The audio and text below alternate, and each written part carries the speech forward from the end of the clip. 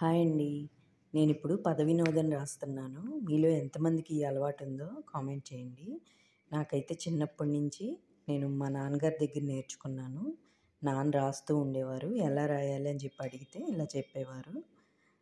అప్పటి నుంచి నాకు చాలా ఇష్టమండి ఈ పదవినోదం రాయటం. ప్రతి సండే బుక్లో రాయటానికి ఇష్టపడతాను నేను. ఇప్పుడైతే మా అత్తయ్య రాసింది కొన్ని రానివి ఖాళీగా ఉంటే నేను రాస్తుంటాను. రాని వాళ్ళ కోసం నేను చెప్తున్నానండి ఎలా రాయాలో. ఇప్పుడు ఇలా ఉంది కదా, 3 నిలువు చూసుకోవాలి. ఇక్కడ అడ్డము, ఇక్కడ నిలువు అని చెప్పి ఇస్తారు. 3 నిలువు ఏంటి? పదవి దక్కించుకొని చలాయించేది.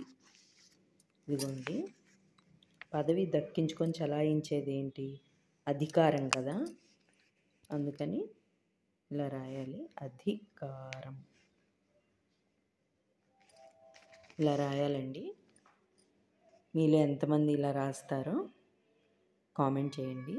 నా వీడియో కనుక నచ్చితే లైక్ చేయండి, షేర్ చేయండి, కామెంట్ చేయండి. బాయ్.